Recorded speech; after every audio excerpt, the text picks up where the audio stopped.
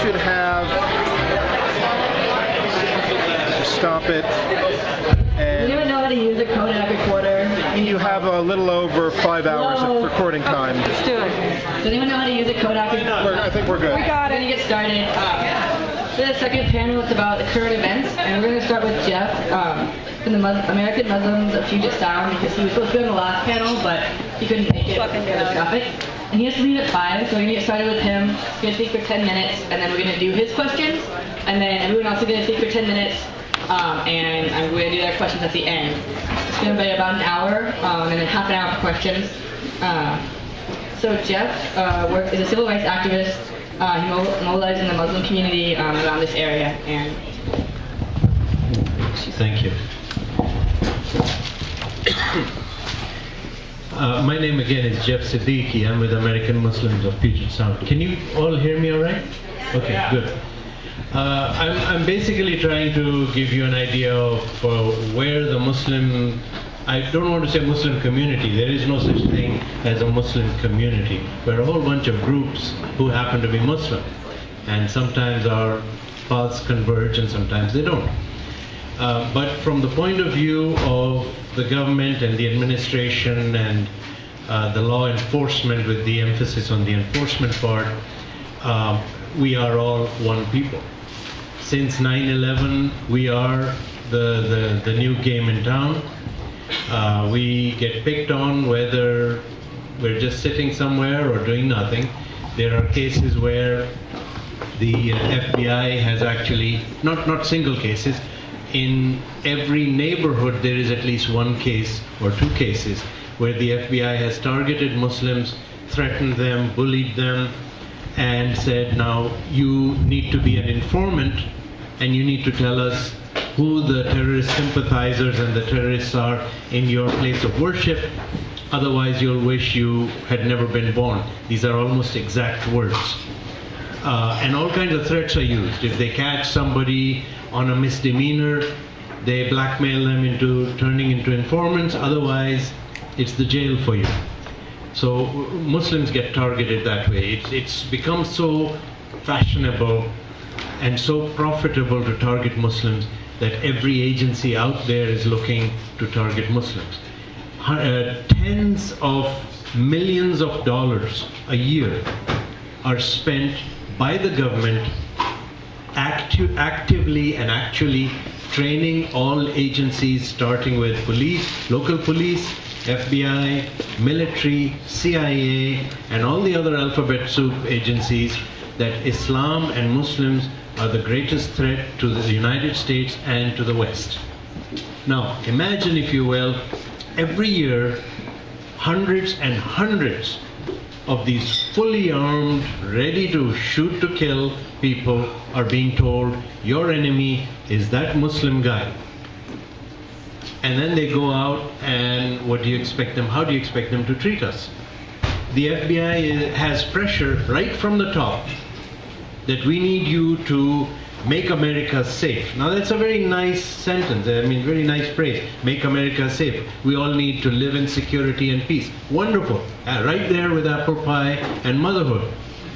But the problem comes when the top says, what are you doing to make America more secure?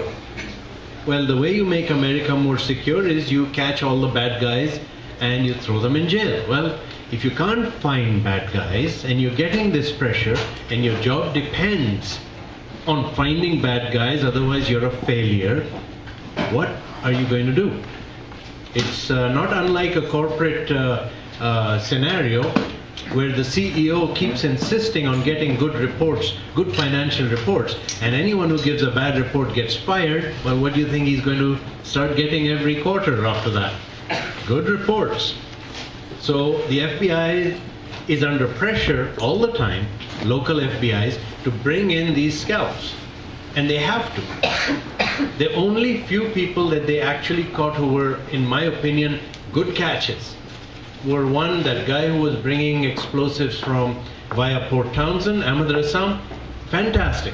I say lock the guy up, throw the keys away, don't ever let him out again. The guy who was getting ready to blow up an SUV in New York, He was doing it on his own initiative. He trained for it. I say, lock the guy up. Don't ever let him go. But those are just one or two examples. The others are all cooked up to a degree where it is beyond belief. I'll give you one or two examples. There's one in Portland. This guy was caught. He's called the Christmas tree bomber. He was supposed to have, the FBI gave him a car and said, you dial this phone number and the car will blow up. It'll kill all the Christmas tree viewers out there. Well, the FBI caught him because they gave him a dummy car, and there was front pages everywhere saying, look, we got us a bad guy. Now you roll back and see, how did this ever come to be? It came to be because the parents first identified the kid and said, this kid is on the wrong track, we need your help to stop him. Instead of stopping him, instead of sending in the social services, because he was after all a kid, the FBI sent in their informants and their agent provocateur, who fueled him, fired him up more, gave him training for God's sake, told him what to do, gave him the car, said, this is a car bomb, take it. Well, what do you expect?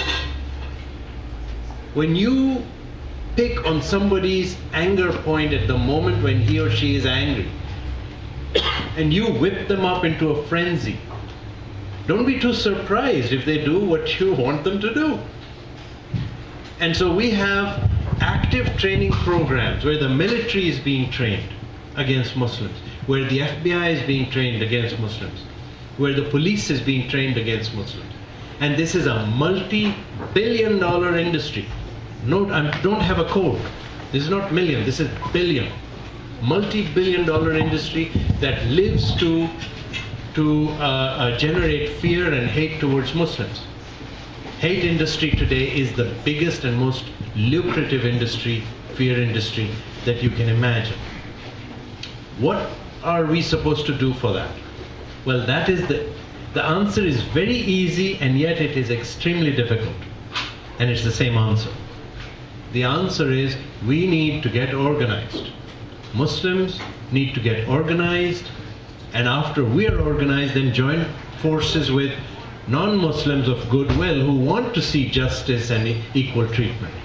But we need to get organized, we need to exercise our votes in the polling booth, and we need to show these guys that they will either make their careers or lose their careers, depending on whether they are willing to offer equal protection to everybody. Since 9/11, Muslims are routinely kicked off an airline just because some crew member or some passenger says, there's a Muslim here in this airplane and he makes me very fearful, I'm really worried. And they say, no problem. They kick that Muslim or those Muslims right off the airplane. In some cases, they call the air marshal and take them off in handcuffs. And I'll tell you now, since 9/11, this has happened almost every year. I think this last year was the only year where it didn't happen, as far as I can remember. Maria Cantwell, the senator here, since 9/11, she has sat on the Senate Transportation Committee, and when the Democratic Senate is in majority, she has been the chair of the Transportation Committee. Since 9/11, we've been asking her to tell the Transportation Committee to tell the airlines to stop this practice of arbitrary attitudes towards Muslims. Since 9/11, she has never answered our letters, even once. One time we got 68 churches, synagogues, and mosques together, and faith leaders, to sign a letter saying, please, you've got to do something. We never even got an acknowledgement for that letter. Why? Why? Because, hey guys, we don't come together, we don't collaborate, we don't vote. And in this country, in this climate, if you are not organized, you don't exist. And if you don't exist, nobody gives a damn what happens to you. That's been our experience. I'm told my 10 minutes are up, so I will stop right now. Thank you. Any questions?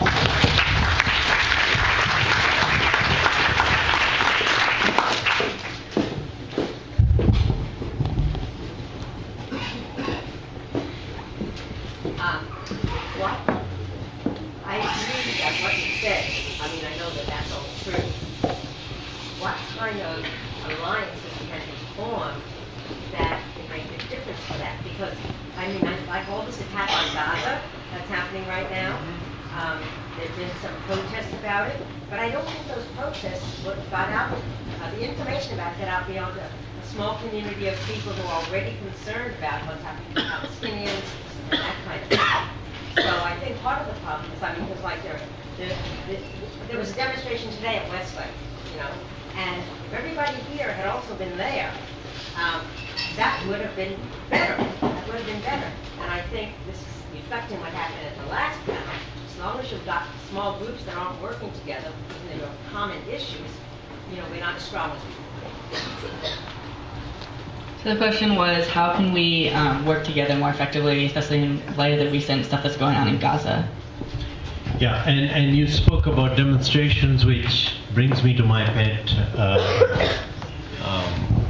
not peeve, but my pet point, which is that demonstrations are nice, and I too participate in demonstrations a lot, every once in a while anyway, but demonstrations don't get you anything.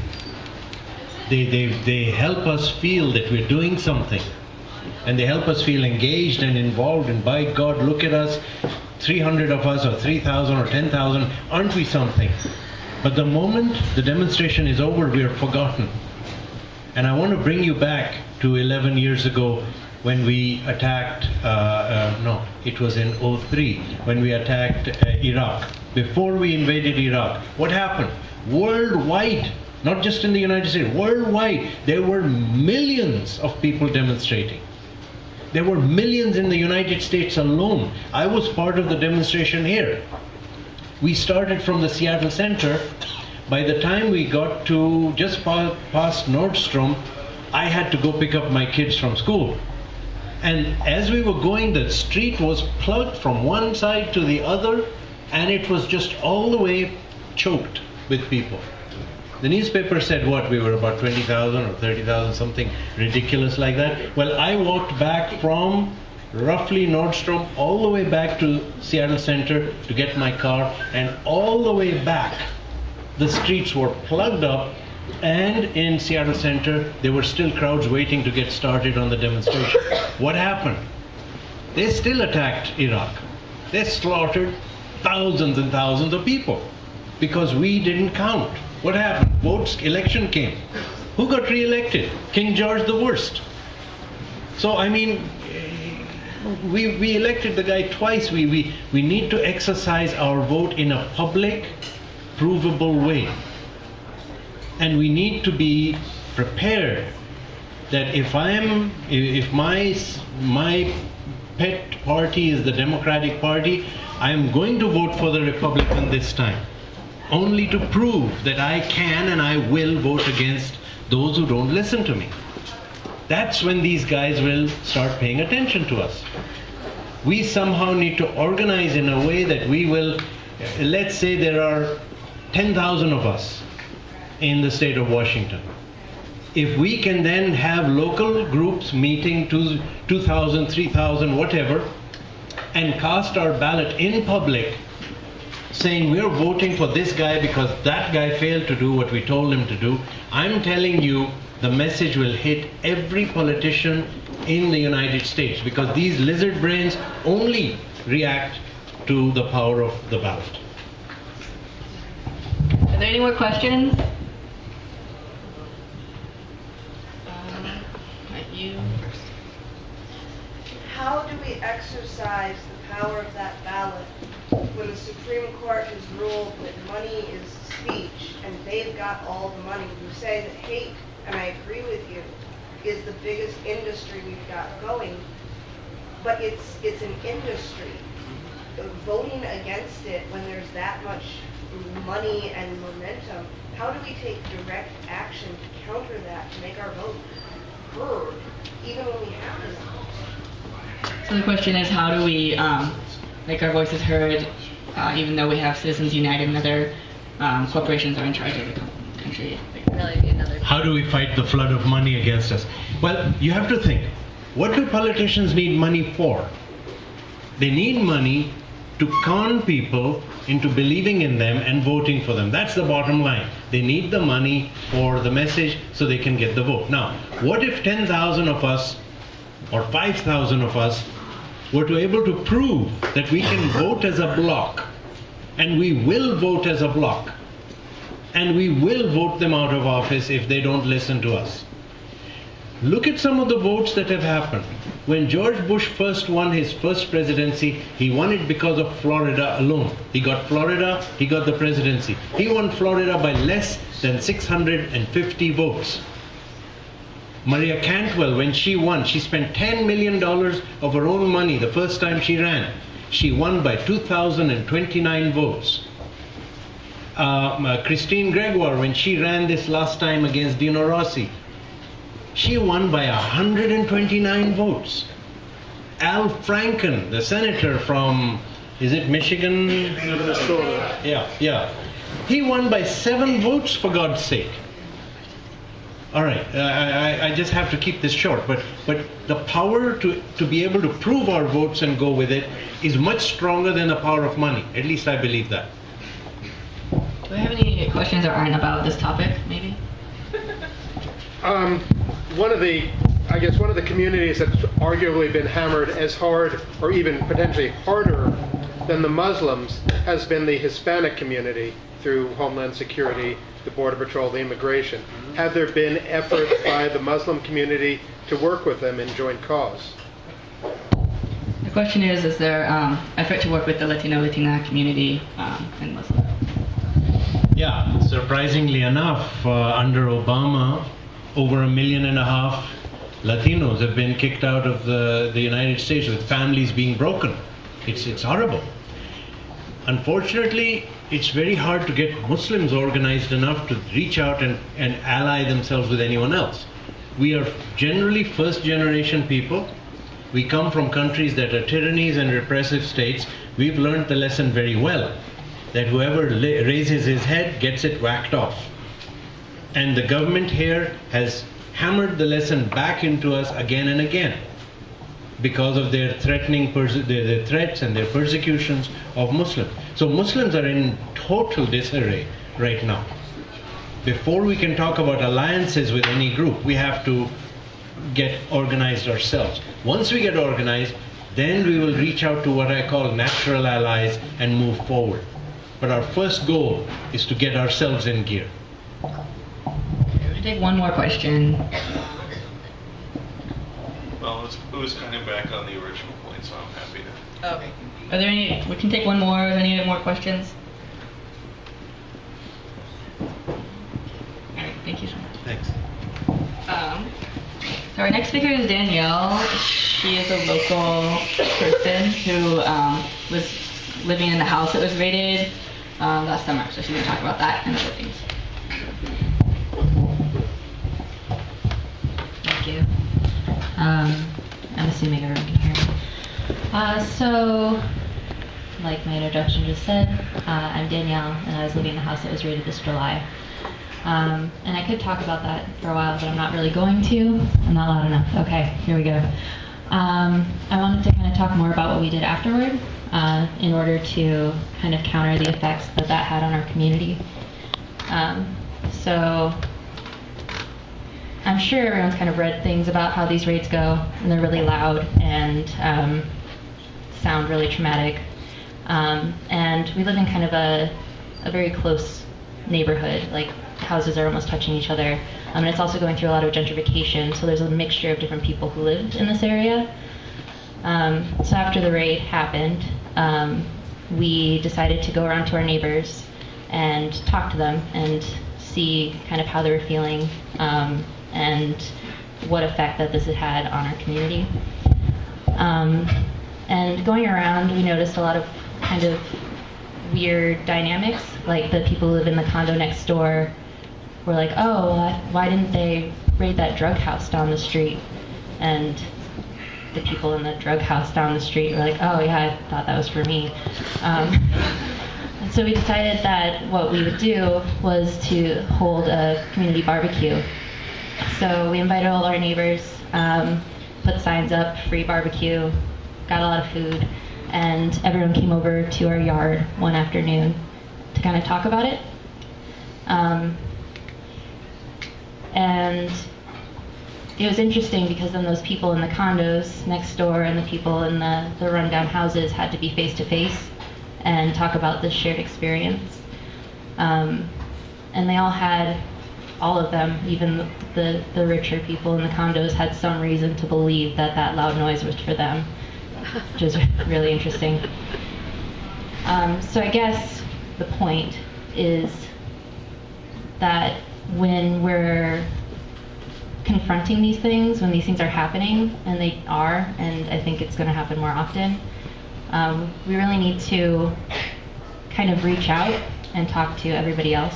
So there's a lot of confusion, but once we had started having like the conversation of, well, we're activists and this seems like an attack because of that, people were generally more understanding. Instead of being like, get those people out of my neighborhood, they were like, what can we do to help?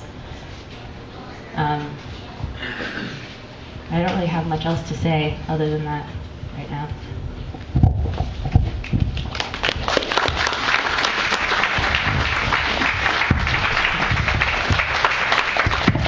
So we're just going to move to the rest of the panelists, and please hold your questions for the end, and you can write them down or however you see fit, obviously.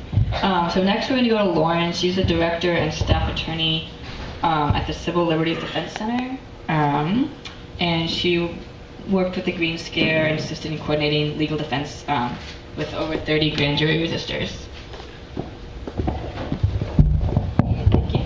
So I was sort of asked to give the legal background of what a grand jury is and how they operate, and this will probably be the quickest and dirtiest grand jury training I've ever given. But the purpose, so grand juries happen in both federal and state courts. Every time a felony happens, a grand jury happened beforehand. So whether it's a drug charge or an activist-related charge, every felony goes through a grand jury process. And a grand jury is basically about 23 citizens that think they're showing up for regular jury duty. And instead of going and hearing a couple day-long trial, they're told, you know, you're going to be coming in once a month or once a week for the next 18 months, and you are a grand juror, and your job is to listen to a prosecutor, the only person that gets to present any information to this group of people, and you have to decide whether or not there is enough information to file a charge, which is called an indictment, and actually start the criminal case. And the grand jury process itself happens in secret, which means nobody gets to know what goes on in that little room. And the only people that get to be in the room are the grand jurors themselves, the prosecutor, a court reporter who takes down everything that's said, though no one ever gets to read that transcript, and then the witness who is subpoenaed to the grand jury. And there are two different kinds of grand juries, a regular grand jury and a special grand jury. The one that's currently going on up here in Seattle, from the public records that we requested from the district court clerk, is a regular grand jury. The distinction is, in general, grand juries are only allowed to investigate crimes that have already happened, you know, like a house burns down and they're investigating that arson, or they're allowed to investigate fugitives, someone who's indicted and they can't find them, they're hunting them down. That's normally the only things that grand juries can investigate, and that's called a regular grand jury. A special grand jury is not only allowed to investigate crimes that have occurred, but they're also allowed to investigate future crimes or possible crimes or things that might happen in the future. And that's usually where we see the real political witch hunts taking place. So when this grand jury, when the subpoenas first started getting issued for the Seattle May Day grand juries, we requested from the court to tell us when this grand jury had been impaneled. And that means, when did the court officially start this grand jury process? And the reason we want to know that is because that's what gets the clock ticking. A grand jury, a regular grand jury, can only be in existence for 18 months, and they can possibly get a 6-month extension. But a special grand jury is 18 months and then another 18 months. And the reason that we want to know this is because if somebody goes to jail for civil contempt of court for refusing to testify, they may stay in jail for the duration of that grand jury term. So if you get subpoenaed on month 1, you could possibly be doing 17 months in jail. If you are, subpoenaed in month 17, then you may only have a short stint before you could be released. And so when we requested the information, we found out that this grand jury was impaneled in March. And so we thought, how could a grand jury be convened for an action that happened in May, way back in March? And we started thinking, what else are they potentially investigating here? Obviously this is not about May Day, but the fact that we found out that it was a regular grand jury may mean that they could have been investigating drug felonies and arsons and racketeering charges and all the other criminal stuff that comes into the Seattle Federal Court. And then when May Day happened, they added that to the list of things that were being investigated. And there's no way for us to confirm or deny whether that is the case. But I tell you that because, we don't necessarily have to expect the worst, that this is some larger, grand conspiracy, though, history repeating itself might make that more likely than not. But the fact that it was convened in March doesn't necessarily mean that they had been investigating people beforehand. So the U.S. Marshals or an FBI agent shows up and knocks on somebody's door and says, FBI, we've got a subpoena for someone. And that's usually how people find out that they are about to be subpoenaed to a grand jury. The only way that you actually have to go to that grand jury is if they physically hand you the subpoena in your hand. They can't leave it with a housemate, they can't leave it taped to the door, they can't mail it to you, et cetera, et cetera. And so, obviously if they can't locate a person, they can't serve them the subpoena, they don't have to come. But once you're subpoenaed, usually the grand jury date is really quick, sometimes a week later. And so the first thing that people should do when subpoenaed is to get a lawyer. There's lots of motions that can be filed, put together a defense strategy, but the long and short of it is, if you don't show up and give answers to every question they ask, which not only can be about the crime, but they can be about your political beliefs, your dietary beliefs, your friends, members of your community. They'll show you photographs and ask you to identify people. And if you don't do that, they can go seek what's called immunity. And immunity basically takes away all of your constitutional rights. You no longer even have the right to not incriminate yourself. They will basically say, we won't prosecute you for any crime you might have committed, but you have to tell us about everybody else so we can go after them. And if you refuse to testify once immunity has been thrust upon you, then you're brought in front of a judge for a civil contempt of court hearing. And that hearing is basically, why aren't you answering the prosecutor's questions? And if you don't go back and answer the questions nicely, they can find you in civil contempt and off to jail you go. And the saying is that a person in civil contempt holds the keys to their own jail cell. And what they mean by that is, at any time, you could be let out of jail if you just went and snitched on your community. And for a lot of activists historically, the reason that this is repulsive is because they are actively, every single day, fighting against the government. That is usually the target of most forms of progressive social change. And so the idea of joining with the government and providing information to the government about their movements is about the last thing that they would ever ethically consider doing. Nonetheless, they may end up going to jail. Now, normally, up until a couple of years ago, if I were giving you this training, I would stop there and I would say civil contempt is the threat. You can stay in jail for up to the end of the grand jury term, or until you could prove to the judge that you will never ever testify. Because the purpose of putting you in jail is supposed to be coercive, not punitive. So meaning it's supposed to convince you to testify, not punish you, because you've never been charged with a crime, you've never gone to trial, you haven't been convicted of anything. But like 2 years ago was the first time that an animal rights activist was charged with what's called criminal contempt. in Utah, there were some AETA, Animal Enterprise Terrorism Act investigations, and one of the friends of the two people that were being hunted got subpoenaed to a grand jury, and he refused to testify, and he was found in civil contempt. Off to jail he went. Then in the meantime, the government indicted his two friends and charged them with violating the Animal Enterprise Terrorism Act. At that point, the purpose of the grand jury is done. They're not investigating crimes and they're not looking for fugitives, so they have to let him out of jail. So we filed motions saying, hey, the purpose of this grand jury is unlawful, you have to let him out. Well, they did let him out, but on the way out the door, they served him with papers charging him with criminal contempt of court. This was the first time in over 30 years that someone had been charged with criminal contempt. The last time was when the Puerto Rican Independistas were being indicted for criminal contempt back in the 70s. So they dusted off this old trick, pulled it out, and of course, animal rights activists get to be the first victims of it. The part about criminal contempt that's troubling is that criminal contempt is a crime. You get indicted, you are entitled to a lawyer, you get a trial. But the only thing they have to prove is that you refuse to testify to a grand jury. And often people have made that loud and clear to the media, to their community, to the court itself. And so it's not heavy lifting for the government to prove criminal contempt of court.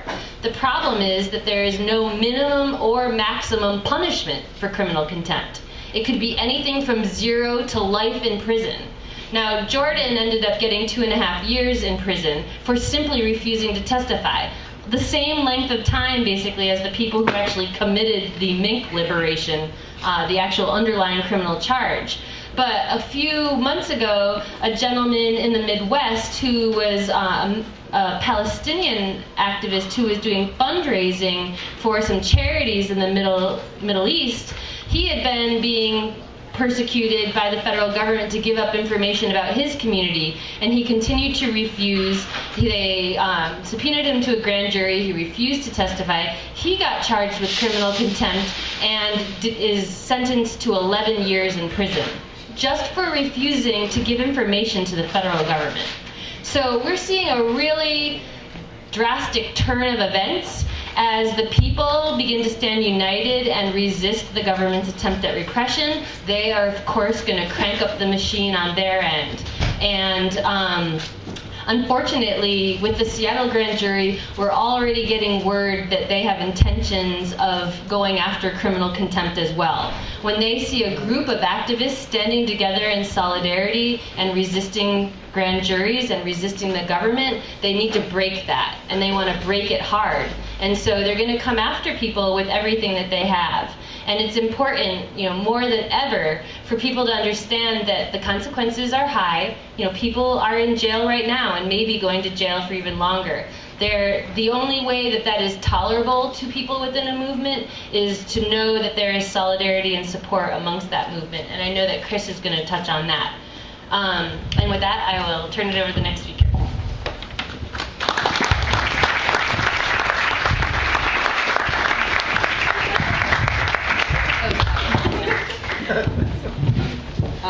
This is heavy stuff. Our next speaker will touch on what was just spoken about. She is the partner of Eric McDavid, who was entrapped in 2006 and has been in jail since then by government enforcement in Cleveland, Ohio. Hello, everyone. Thanks for coming out today. It's great to see so many people here. So I'm going to talk a little bit today about another aspect of state repression that seems to be happening more and more often, and Jeff touched on it a little bit. I'm really glad he's here. It seems to be gaining in popularity, and I can only guess that the reason for that is that it's so flawlessly effective from the perspective of the state. So I'm going to talk to you about entrapment today, but while I'm doing that, I want everybody to kind of be thinking about ways to make this strategy of theirs less effective. Hopefully by now everybody, or most everybody, has heard about the Cleveland Four, the NATO 5, Eric McDavid, David McCabe, Bradley Crowder, Matt Palma. All of these folks were entrapped by government informants. All of them face charges or are currently facing charges and serious prison time because of it. And please keep in mind that nobody since 9/11 has successfully used entrapment as a defense in a terrorism case in this country. No one. So I want to talk a little bit more in depth first about the Cleveland case and the NATO case because they're the most recent things that have happened. I think there's a lot to learn from them, and because, of course, those cases are still in motion and those folks desperately need your support. So just to give a little bit of background on the case in case everybody here is unfamiliar with it, the Cleveland Four are a group of young men from the Cleveland area who were arrested the night of April 30th after planting what they believed to be C4 at the base of a bridge. The C4, of course, was fake. It was provided to them by an undercover, and the purchase of the C4 was pushed and facilitated by a government informant. His name was Shaquille Azier. And Azier met the defendants through their participation in Occupy Cleveland. He was sent to the Occupy encampment specifically because there were reports that there would be violent anarchists at the encampment. When he arrived there, he met a man named Doug Wright, who reportedly told him that he had been an anarchist for years and that the next time he was arrested, he would be spending a long time in jail. Assuming that Doug actually said that to Azier, which he may or may not have, this was probably exactly what Azier, as an informant, was looking for. I do not mean to imply that Doug was actually a dangerous individual with violent intentions. In fact, based on transcripts that we've all seen, or some of us have seen, from surveillance footage, it seems pretty obvious that it seems obvious to me that this plot was actually a complete fabrication. This case was very much created by Shaquille Azier, the government informant. He preyed upon what he perceived as weaknesses in specific individuals within this group. He manipulated them, he coerced them, and he pushed them for more militant action, including the use of the C4, which of course he later provided to them. He is more than twice the age of a number of the defendants in this case. He provided them with things like drugs, alcohol, money, a place to live, and jobs. Given all of this, he was in a perfect position to manipulate all of them, emotionally and mentally, into following his plans. And that is exactly what he did. They were arrested and charged with 3 counts, 1 count of knowingly conspiring to use a weapon of mass destruction, 1 count of attempting to use said weapon of mass destruction, and 1 count of attempting to damage and destroy by means of explosives property used in interstate commerce. So more recently, on September 5th, 3 of the 4 pled guilty to all of these charges. The 4th, Joshua Stafford, was at a separate facility at the time undergoing a competency evaluation. The government argued very aggressively during the sentencing phase of their case for the terrorism enhancement. This, of course, would serve to not only label all of these folks as terrorists in an attempt to demonize not only them but an entire movement, but it also carries the potential of dramatically increasing the sentence that they will all receive. On the 14th of this month, just this last week, the judge agreed with the government and decided that he was in fact going to apply the terrorism enhancement to all of them. Connor, Brandon, and Doug are all set to be sentenced on the 20th, which is this coming Tuesday, so please keep your eyes open for that. The judge has indicated that he is looking at sentences ranging from 16 years to 34 years, although the max they can receive is life. Joshua Stafford is still fighting the charges against him.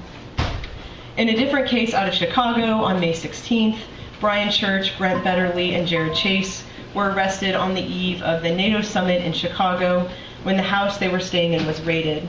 The police busted down the door, shackled everybody that was there, and put bags over their heads. All 3 of them were charged under Illinois' anti-terrorism statutes, which have actually never been used until this time. This is the first time anybody has been charged under them. The charges include conspiracy to commit terrorism, material support for terrorism, and possession of explosives. They have also been charged with things like possession of an incendiary device, attempted arson, solicitation to commit arson, conspiracy to commit arson, and 2 counts of unlawful use of a weapon. So that totals 11 charges for each of them. All 3 defendants remain in protective custody at the Supermax Division of the Cook County Jail on $1.5 million bond. They are alleged to have been planning attacks against targets such as Obama's national campaign headquarters, the Chicago mayor's home, and other downtown financial institutions. The explosives they are alleged to have been in possession of are Molotov cocktails. At least 2 infiltrators, known as Moe and Gloves, were used in the creation of this case. Moe and Gloves were part of a months-long investigation into Occupy Chicago, and the evidence presented to the defense thus far in this case clearly points to entrapment. So in just a little over 2 weeks in May, 8 people were arrested in the Midwest and charged with felonies that could land them in prison for life. None of them would be there if not for the great efforts of the government and their informants. In order for us to start figuring out how to prevent crises like this, it's really important for us to figure out how these things happen in the first place. So I kind of want to go through the sort of pattern that emerges if we look at these cases. Usually what happens first is that an informant is sent in to target a specific group. Usually the state, of course, targets groups that it sees as the enemy, so folks like anarchists, environmentalists, animal rights activists, and of course, as Jeff just pointed out, their favorite target since 9/11 is Muslim folks. This is obviously easier when groups are fragmented and there's a lack of cohesion amongst them. Azir was sent into Occupy Cleveland because he knew there would be so many new folks there. He was sent in because of, and I quote from the affidavit, threats involving anarchists who would be attending an event.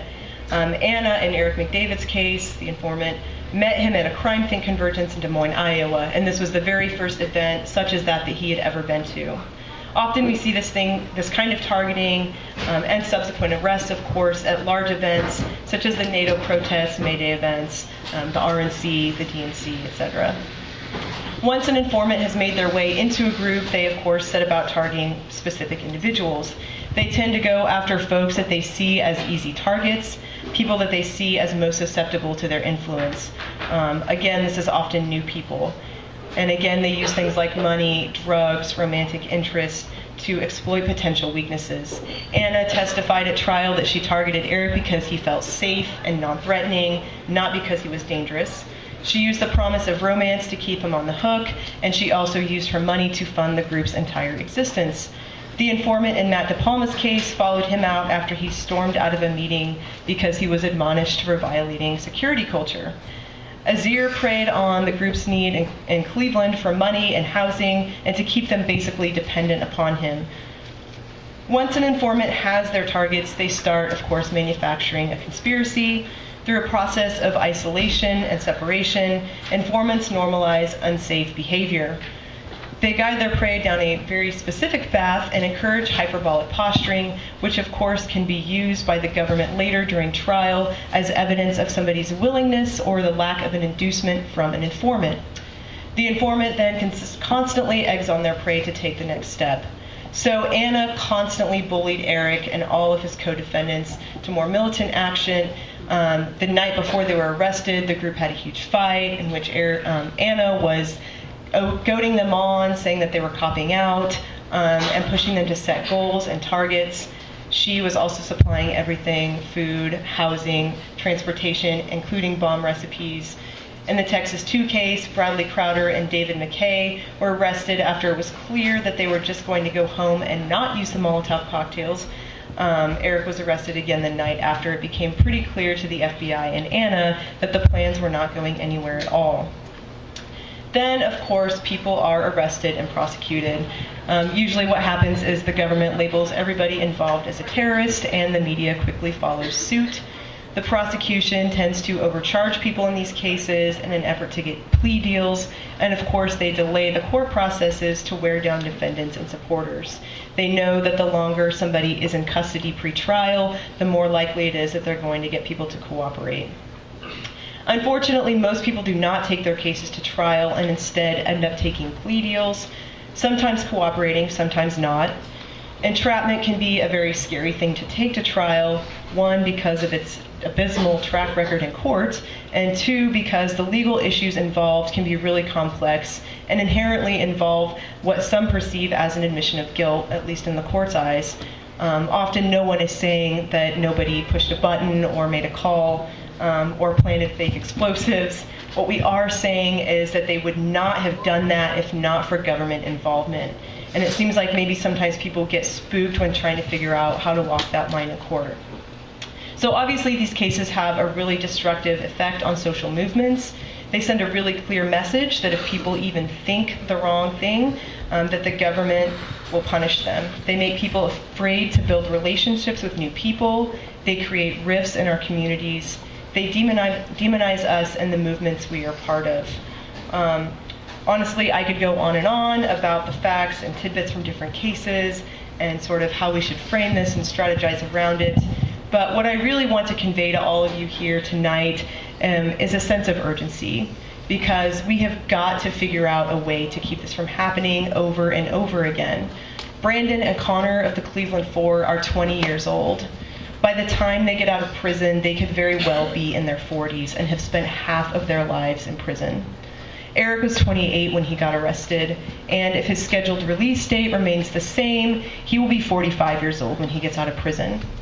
If anything, our friends are in there for nothing, basically. Nothing ever happened in these cases. If anything, they're in there for trusting the wrong people.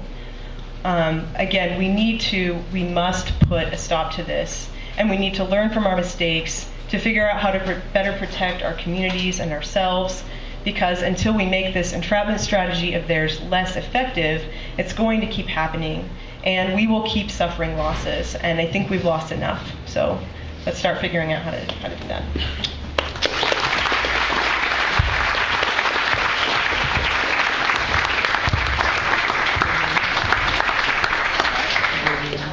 So next speaker is Tabitha, and she has been working with the Committee Against Political Repression in Portland. Before the grand jury was convened, she was involved with anti-police and anti-rape work, but now most of her time is taken up with the grand jury proceedings.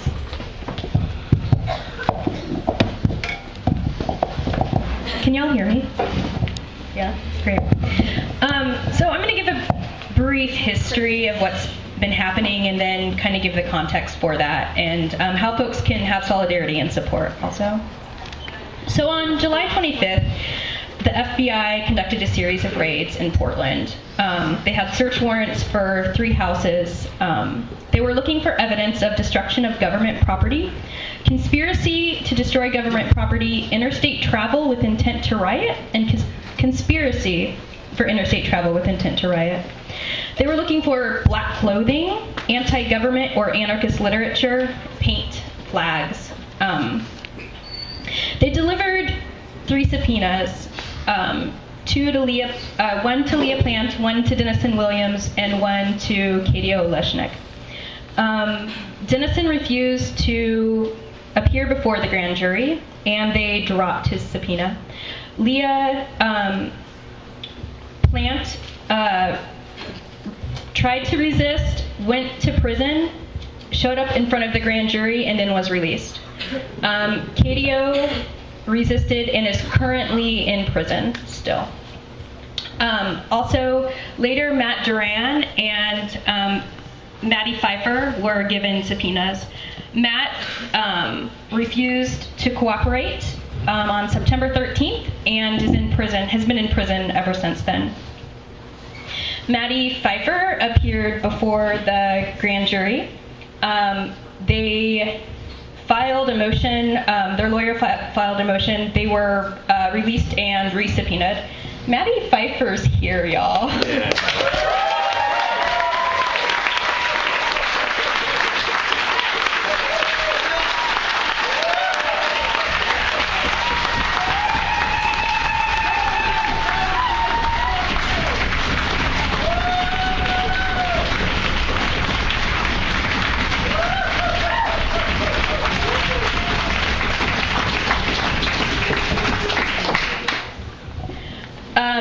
Maddie will not be taking questions from the press, just so you know.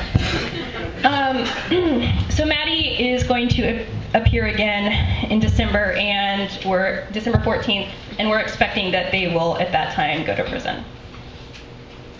So, what folks can do, first and foremost, is do not speak to the police or the grand jury at all.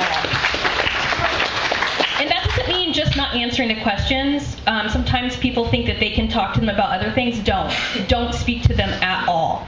You don't know what they're looking for. You don't know which friends of yours have committed which actions. You don't know which friends of yours need to engage in extralegal activity to support themselves in this world that we live in. Please do not speak to them. That's one of the main things you can do to maintain solidarity with folks. After that, what a lot of subpoenas and targets are asking for is for folks to continue the organizing work that they're doing. If you go to demos and block up, go to demos and block up. If you do anti-police work, do anti-police work. Like, do not let this stop you from organizing, because that's the purpose of these kinds of witch hunts, is to stop the organizing that we're doing. Beyond that, like, how folks can do support work is we're taking donations, we're writing letters to people while they're in prison, we're sending books to them, and you can find that on our website, how to do that. I think that's it, y'all. Woo!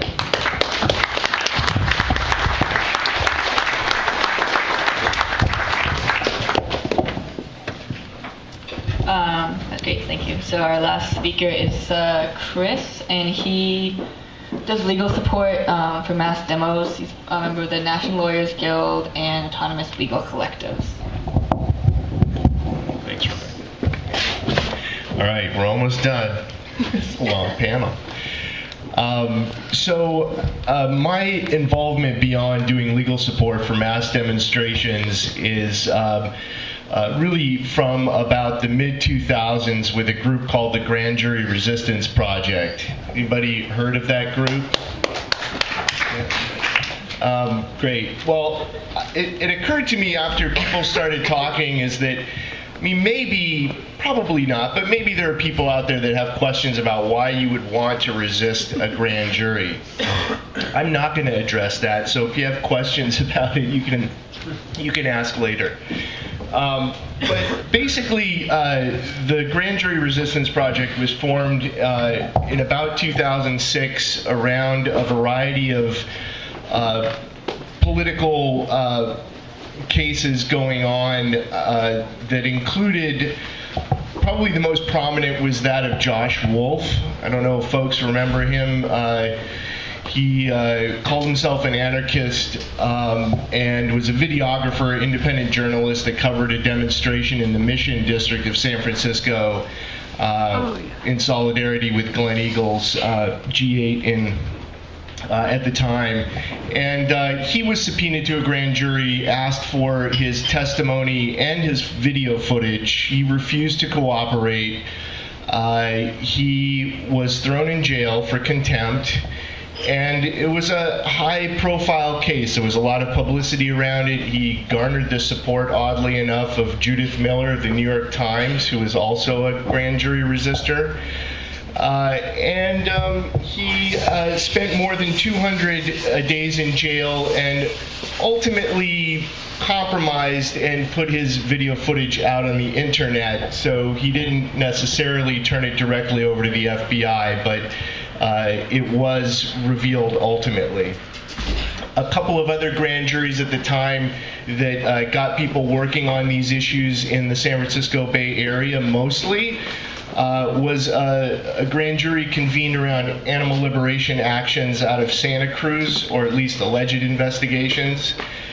There was a rather interesting result in one grand jury subpoena where an activist pushed back with a federal defender who essentially demanded that the government provide information as to how she was subpoenaed.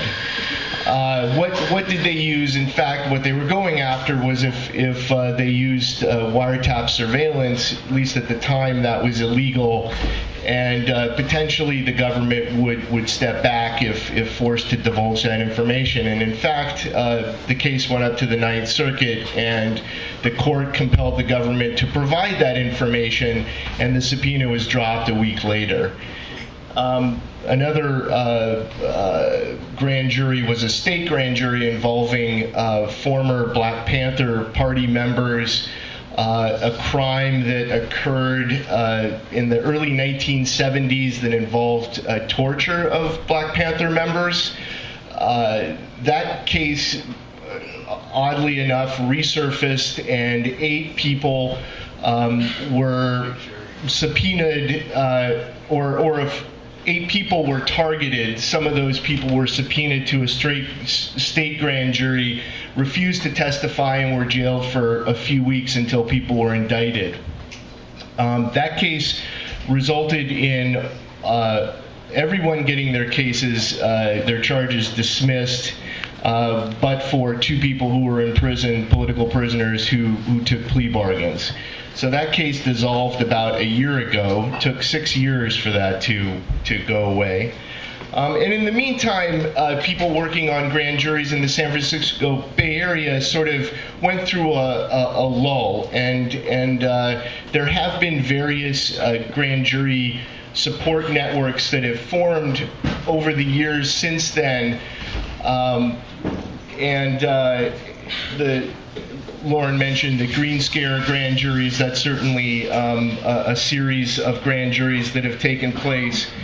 And it's been difficult to maintain momentum in working on these cases, but oftentimes also they just naturally subside and people move on to other political actions. But we now find ourselves in another period where grand juries are being used more and more, and the Pacific Northwest here is no exception.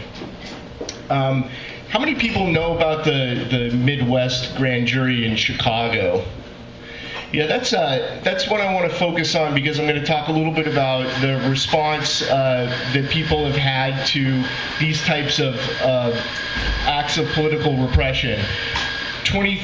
After houses were raided, similar to what happened in Seattle, Olympia, and Portland,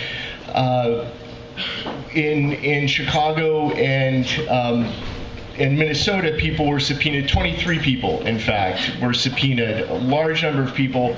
The response was awesome. Every single person that was subpoenaed refused to cooperate with the grand jury.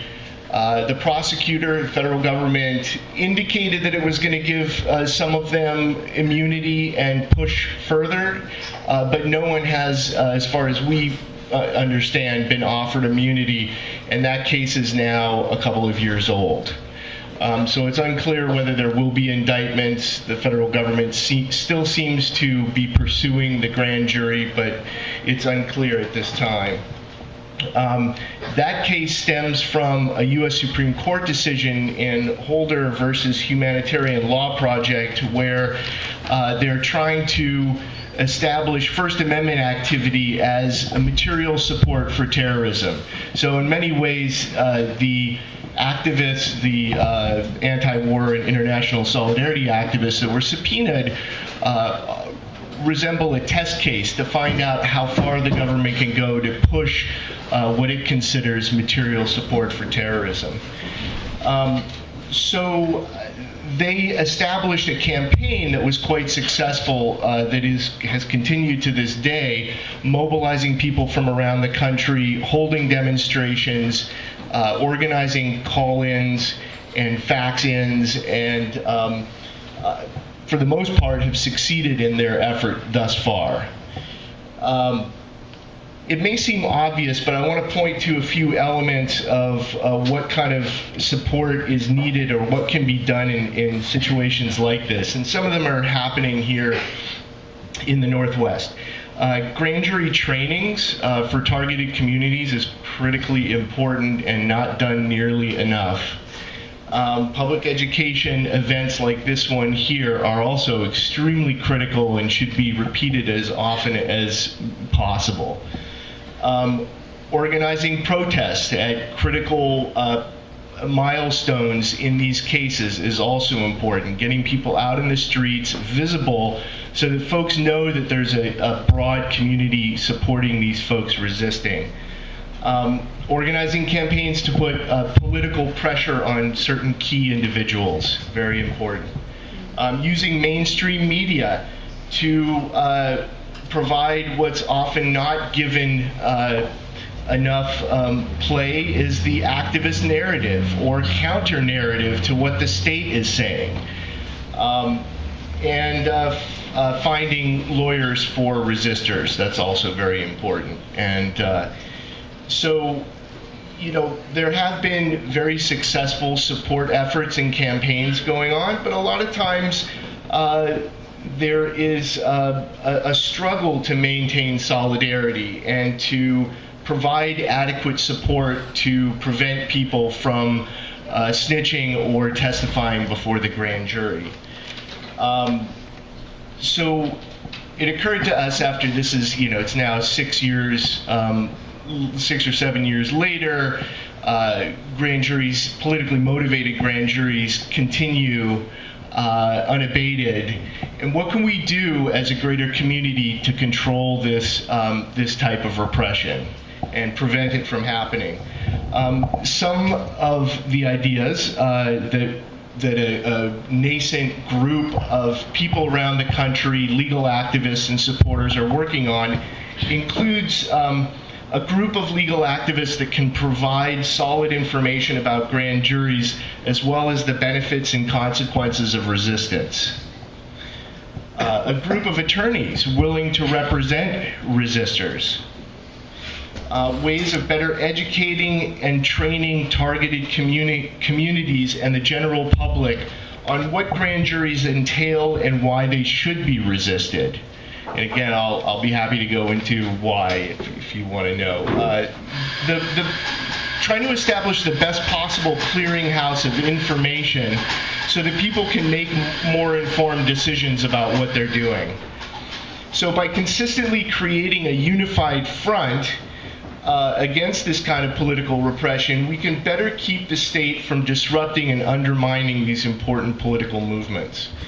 It's important for folks not to have to reinvent the wheel, and unfortunately that does happen to some extent. But we need to be better and at figuring out how to avoid that in the future, especially when grand juries are convened. Thanks.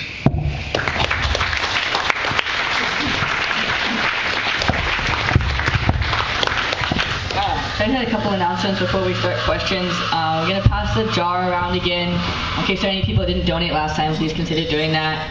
We have 2 people who are currently in prison and 1 headed there, and we really need support. There's also a noise demo at CTAC tomorrow at 3:30.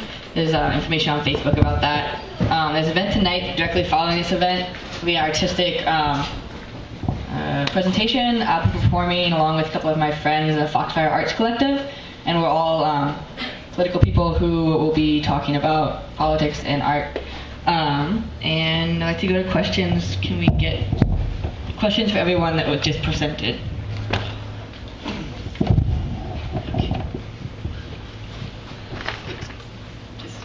I'm a former activist from the 60s, and I chaired the main coalition that put on most of the demonstrations in Chicago at that time, including the 1968 Democratic Convention. Surprise of surprise, we had people that would try to infiltrate this. I'll address this to you, Jenny. Others can answer. What we finally started doing was that we had people who were willing to take the responsibility for researching the backgrounds of people that would come into our groups and suggest illegal activities. It doesn't mean they were necessarily trying, doing the kinds of things that undercover people do, but it's a primary source of suspicion. So we would research their backgrounds, and the moment we saw that they were using a false identity, usually that was enough to uncover them. My suggestion, I'd like to know what you think of, that a city like Seattle, other cities should have people willing to take the responsibility of researching people who have this pattern of behavior of coming into groups, suggesting illegal activities to find out who they really are. And I think that would stop some of the things that we're up against.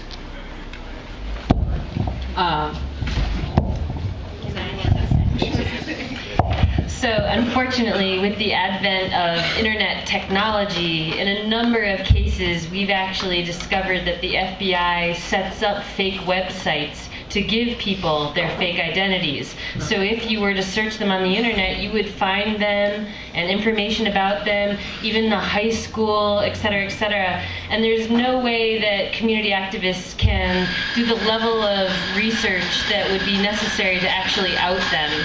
And so generally what we advise communities is there's really no way to be 100% sure that someone is or is not a provocateur or an infiltrator. And instead what we say is, you have to take people into levels of trust incrementally. You don't want a single person to have their hands in multiple cookie jars of a campaign. And if someone is acting or speaking against the interests of the group, they need to be held accountable to that and dealt with by the community.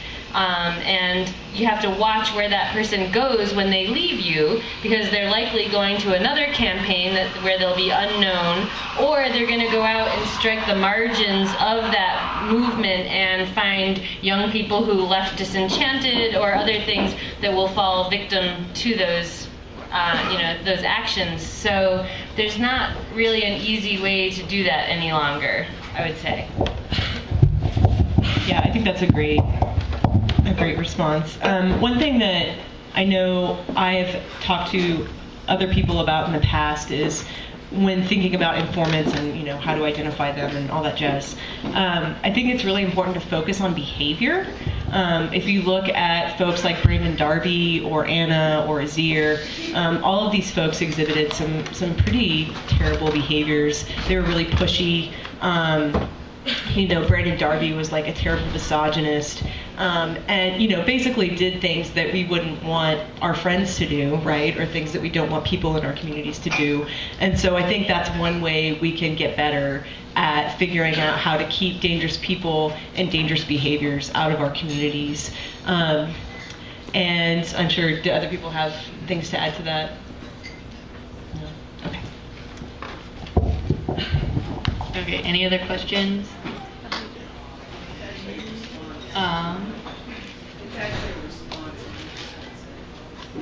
Okay. I'm gonna call people who haven't asked questions before first, so. First thing I want to say is that my husband, up there in the front row, is a civil rights attorney, and we did out a spy specifically because of the information that they found out on the internet, and through Freedom of Information Act requests, and through Public Records Act requests.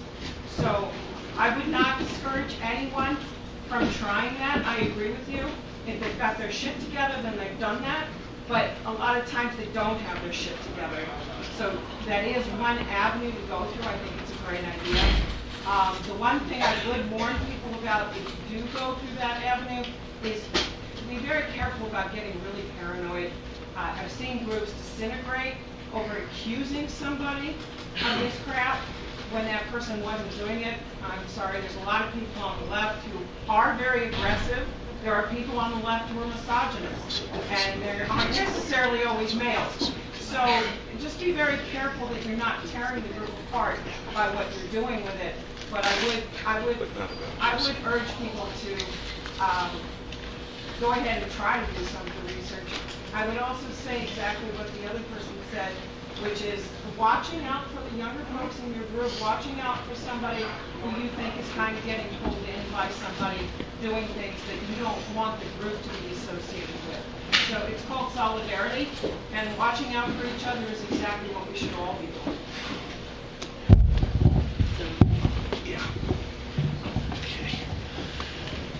I wanted to thank you all. I'm Dennison Williams' attorney in addition to everything else, and it's beginning to look increasingly from what little we're getting out of what questions people have been asked and then sent to jail for not answering, that Dennison is probably now the target of the grand jury, and that's why they withdrew his subpoena.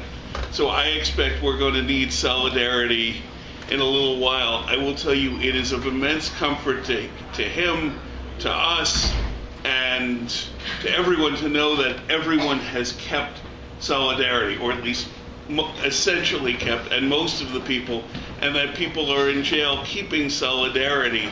If you watch If a Tree Falls, which is the movie about the Earth Liberation Front, if they had held solidarity, no one would have gone to prison. If everyone had kept their mouths shut, everyone would have been safe. And that is something that we need to learn. And I'm saying this from a position where I have a client whose freedom probably depends on it at this point. This is a very scary position.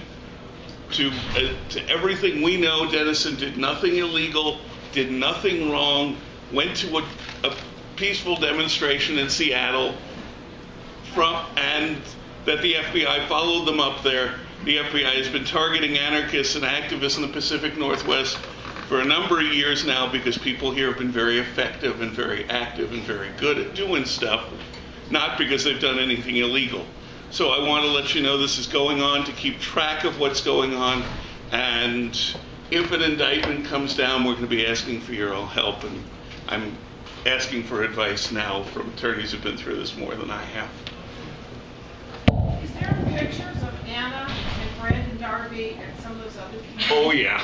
That you talked about? Are there pictures of them on a website somewhere? All right. Other questions? I think there was one in the back. Were you back there? Yeah, I moved. Okay. I just have two questions that correlate.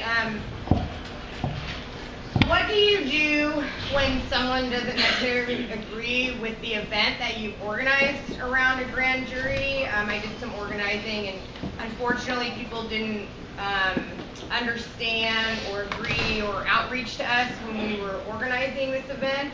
And also, how do we raise awareness on more mental wellness involved in this kind of work? Because it's extremely difficult when you're poor and you're an advocate and you're an activist and you're just struggling to make it on your own, to support one another and focus more on like a mental wellness plan so that we can all be strong together and keep doing what we do.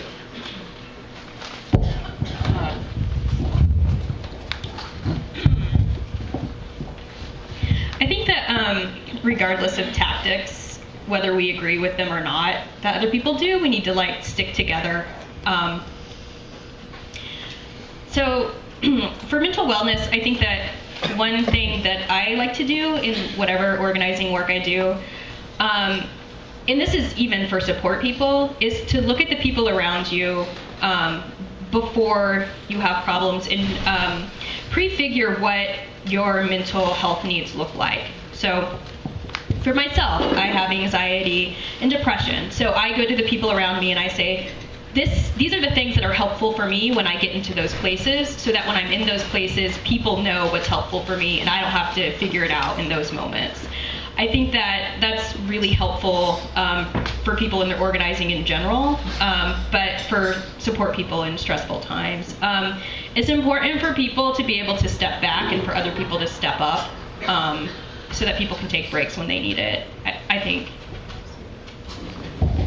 The only other thing I would add is it's somewhat natural when someone gets a subpoena and that panic and adrenaline starts to go through them that they think, now I have a scarlet letter on me, I need to go hide from my community, I don't want to get anybody else targeted. And the reality is, if you've gotten a subpoena, they've been watching you for a while already. And so you divorcing yourself from everyone that you've known and worked with actually makes you look sketchier than if you continued with the friendships and relationships that you've already had.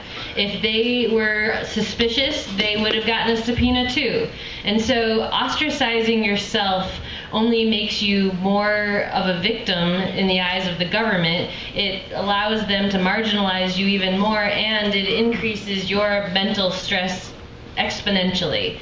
And so I would just encourage, if you get a subpoena, it's not a badge of shame. In some ways, it means that you're a great activist. You are wearing that, shiny Superman letter instead of the A.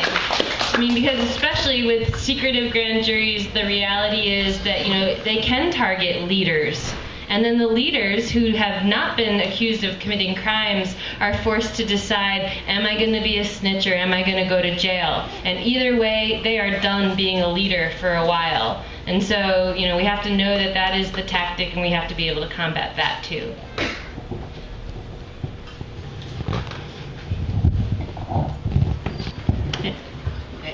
Okay. I guess you. No,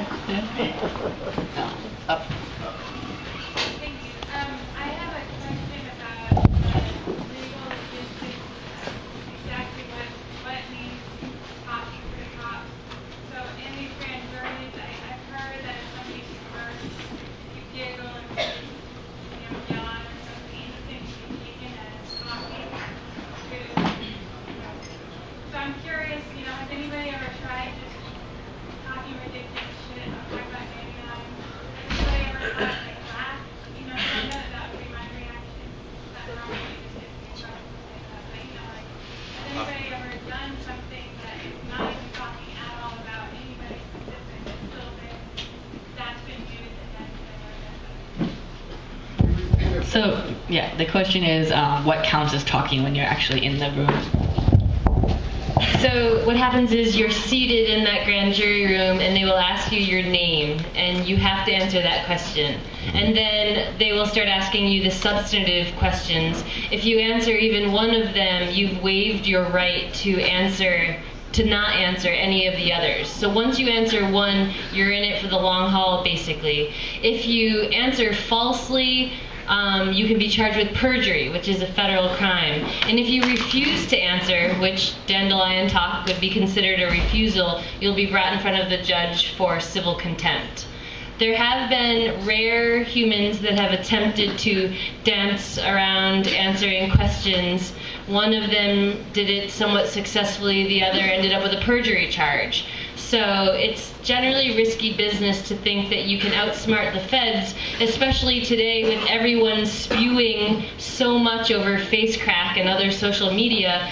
Usually the feds have like 10,000 pages of documents about you and every association you have, so that if you answer falsely, they're going to nab you in a perjury conviction. Important piece of that is that people have also, well, let me back up. So grand juries are secret. We typically don't know often what the investigation is about, who they're targeting, what people in the community are they going after. And what can be useful are people going in and invoking constitutional rights, but recording what the questions are, and then leaving the grand jury room and announcing publicly what those questions are. And that has been done without repercussions in many cases. And that's legal. The protection exists for the privacy of the witness, not the privacy of the government. Go ahead. I just want to give a shout out with regards to the mental health question. There's an organization called Mindful Occupation, and if you're engaged in activism, they have a book that they give you a PDF that you can download and look at, and they have a lot of tips about building mental health situations. So it was a shout out to mental health. Mindful occupation. It's called Mindful Occupation, and you can Mindfuloccupation.org. mindfuloccupation.org. Other question? Yeah. Just for those of us who are kind of newly waking up to anarchism and the utopian vision of anarchy, it seemed really important that the Panthers had outlined a 10-point plan. Is there a 10-point plan for Puget Sound anarchists to help us highlight ourselves to each other as far as being true to the movement? Can we not laugh, people, please? That's really rude. So his question is, is there a 10-point plan similar to the Black Panthers in their work? Does anyone want to answer that? I would guess not, but... Without it, how do you identify solidarity? Yeah, the idea of bringing principles together in one location for people to reflect on, I think, is a very good idea. And if it doesn't exist, maybe that's your calling. Yeah, I just want to add that, defining solidarity is definitely useful, and I think we're trying to do that here. So. Right. Yeah, I just like to distinguish the grand jury and the U.S. attorney. It's the U.S. attorney who's asking the question. They're not refusing to answer the grand jury, they're refusing to answer that as the U.S. attorney. And that's a hard thing to attack, because the grand jury doesn't care one way or another. Just clarifying that we're not refusing to answer the grand jury, we're refusing to answer the U.S. attorney. He's the one. Very good point. He's the one asking the questions. With the hat. Two questions. One, I was wondering if there's information circulated on the internet that it is or might be a special grand jury. That was my information, and I was wondering if you could clarify that, because it seems like there's other information as well.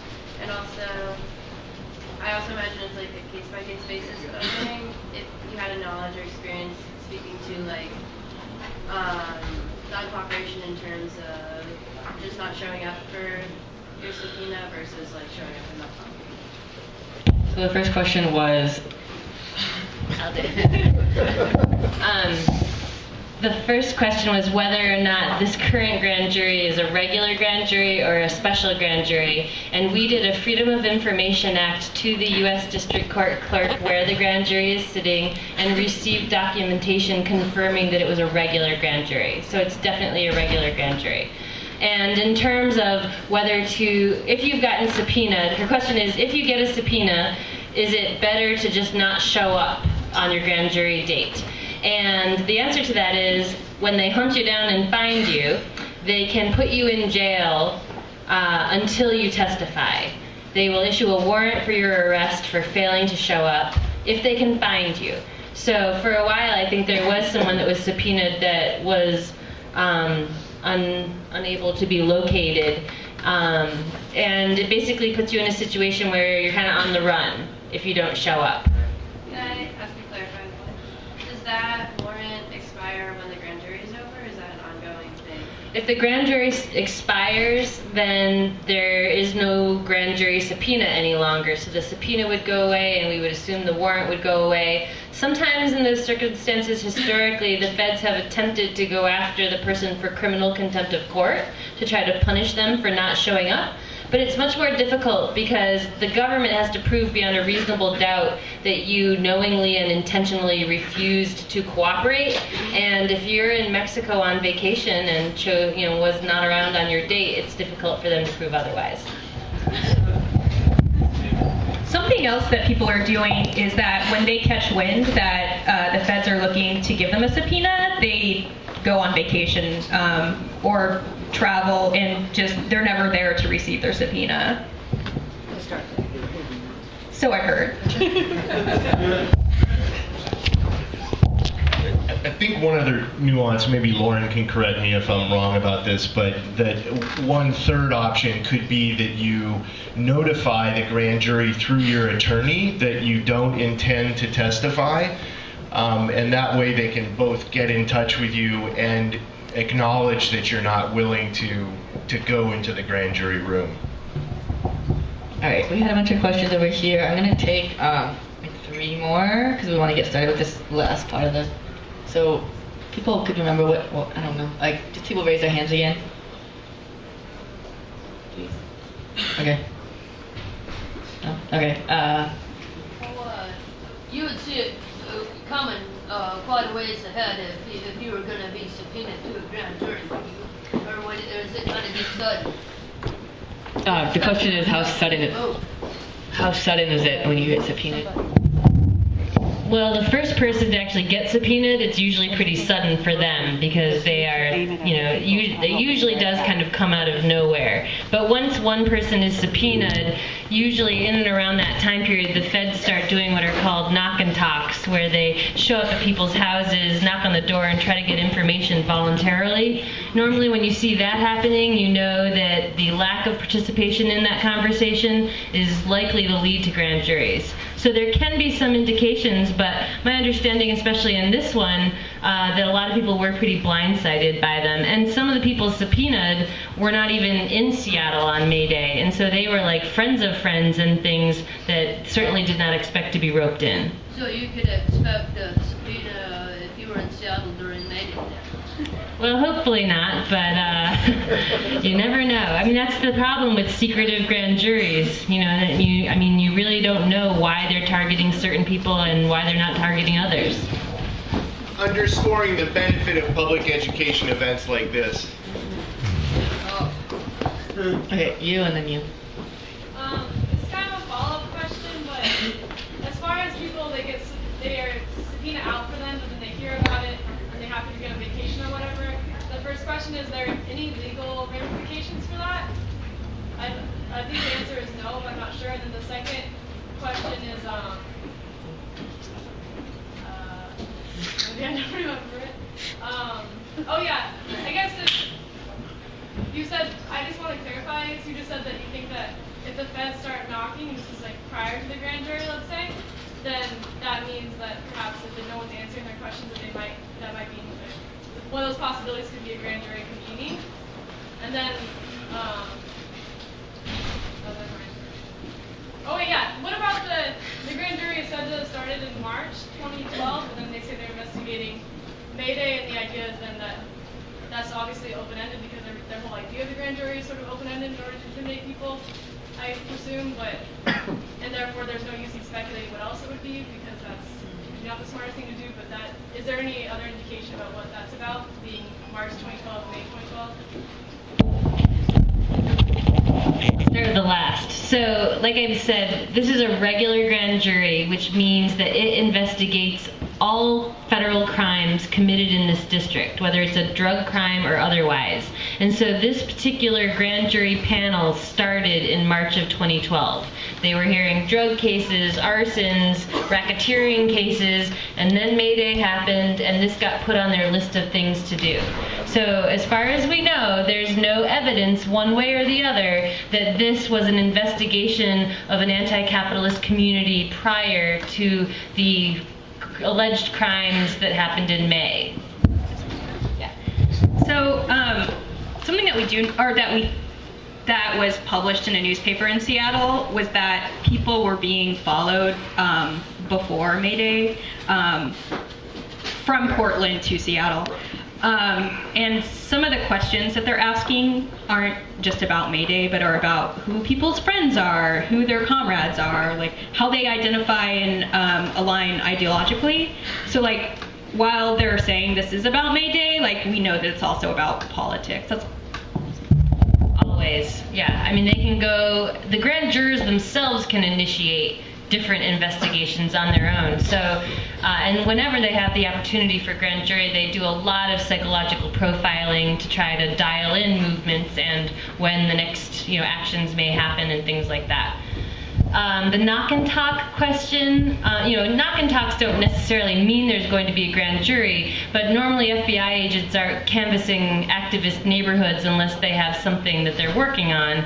And so if they don't get cooperation voluntarily, then the next step is to subpoena people to the grand jury. And whenever people are subpoenaed to a grand jury and they get a lawyer, the lawyer calls the U.S. attorney and says, "What's going on with my client?" And the feds always say, "Why don't you and your client come into our FBI offices and we'll have a little talk. Well, we can do this the hard way or the easy way." And so they offer that up right at the bat anyway.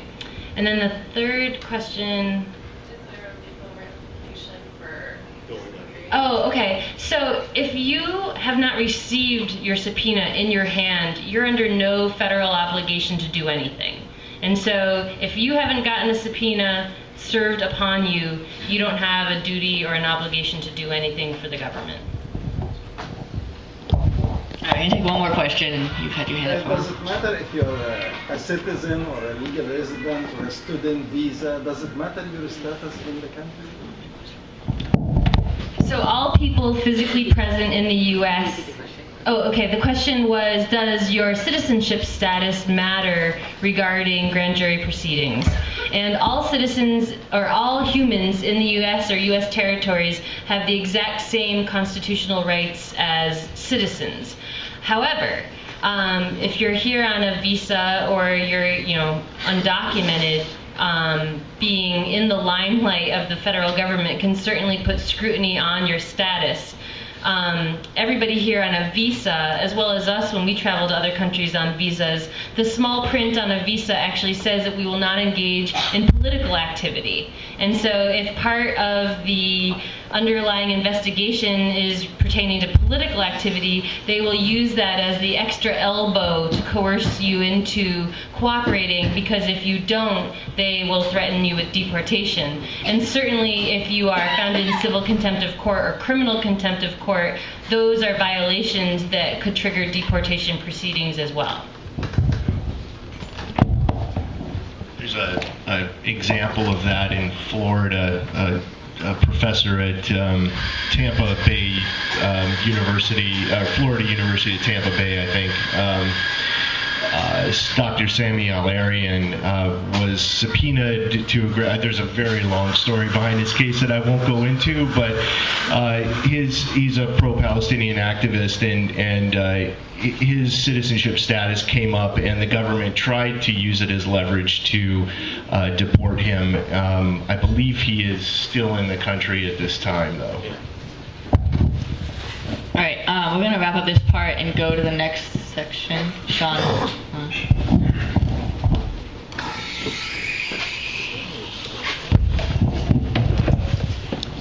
First, round of applause for our wonderful panelists for coming out.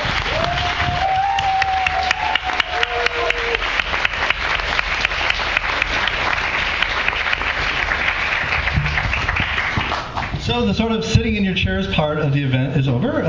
Thanks everybody for an epic and amazing day. However, before we walk out the door, our righteous anger that we're carrying around all of inside of us, our passion and everything is wonderful, and a good outcome, and increased knowledge is great, but we can't really have power just by our lonesome selves, sadly. So before you get out the door, what we're going to do is, if you are already working on a project, because I think there's somebody was asking about anarchism. Here's one example of anarchist principles applied without necessarily a 10-point program.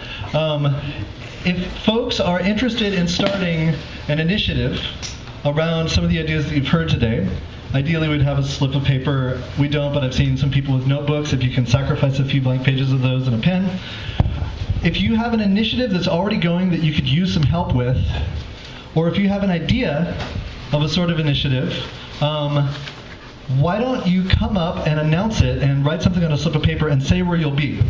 If you are someone who is not totally strapped right now and who would like to be more involved with this stuff and haven't found an entrance, that's a big part of what this event's been about. So look around, listen for the ideas that people are bringing forward, listen where they say they're going to stand in the room, and go find them, and then find a group of people. And unless you're totally strapped, which a lot of people in here are already doing a lot of amazing hard work, and that's totally respected, but anybody who wants to be doing more, or anybody who wants help with what they're doing, find each other now, exchange some phone numbers, exchange some addresses.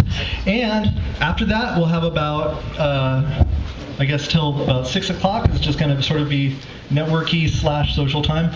And we're going to have a, where's Rebecca?